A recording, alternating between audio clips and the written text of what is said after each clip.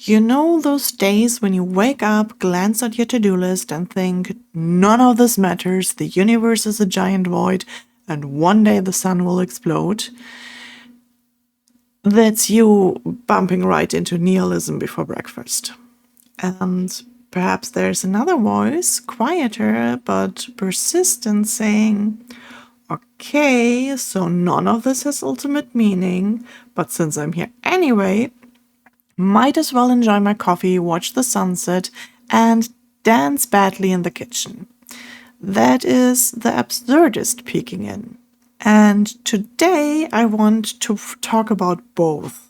Not to crown a winner, but to explore how each might help you navigate life and the universe doesn't send you a user manual.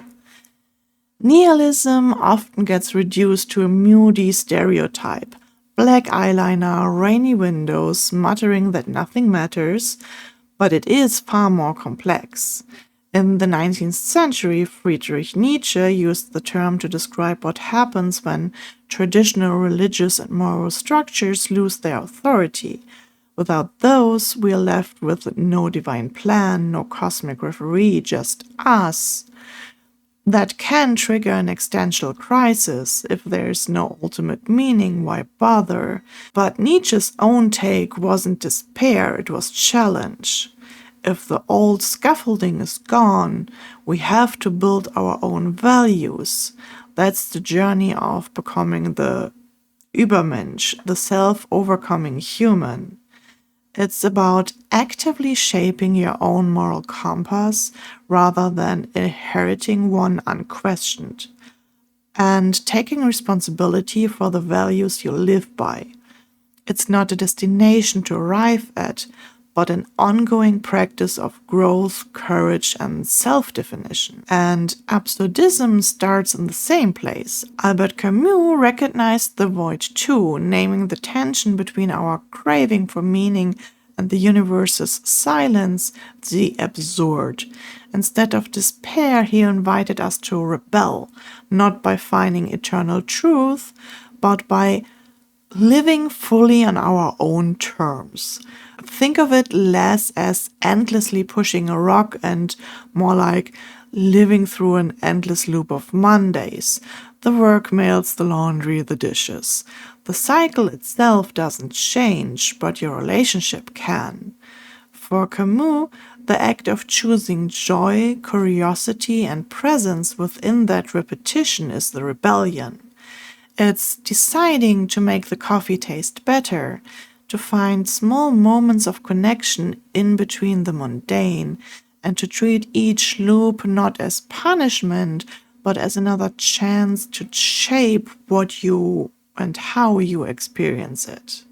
Nihilism says, if every day feels like the same grind, why even bother? And absurdism says, if life is going to hand me the same set of cards anyways, I might as well reshuffle them, play my own game, and enjoy it in the process.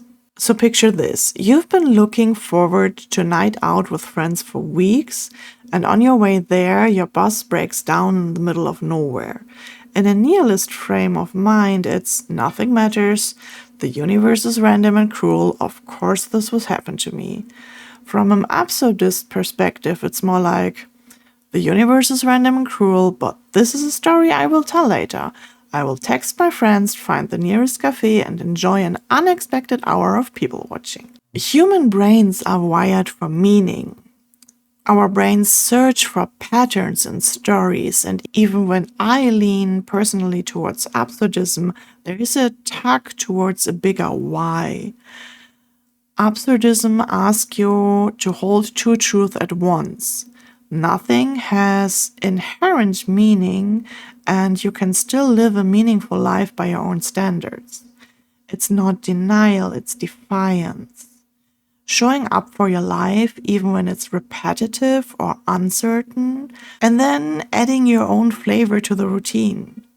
Nihilism can strip away illusions, giving you a clean slate. Absurdism can fill that blank page with what you choose. Some days I move between them depending on mood or season.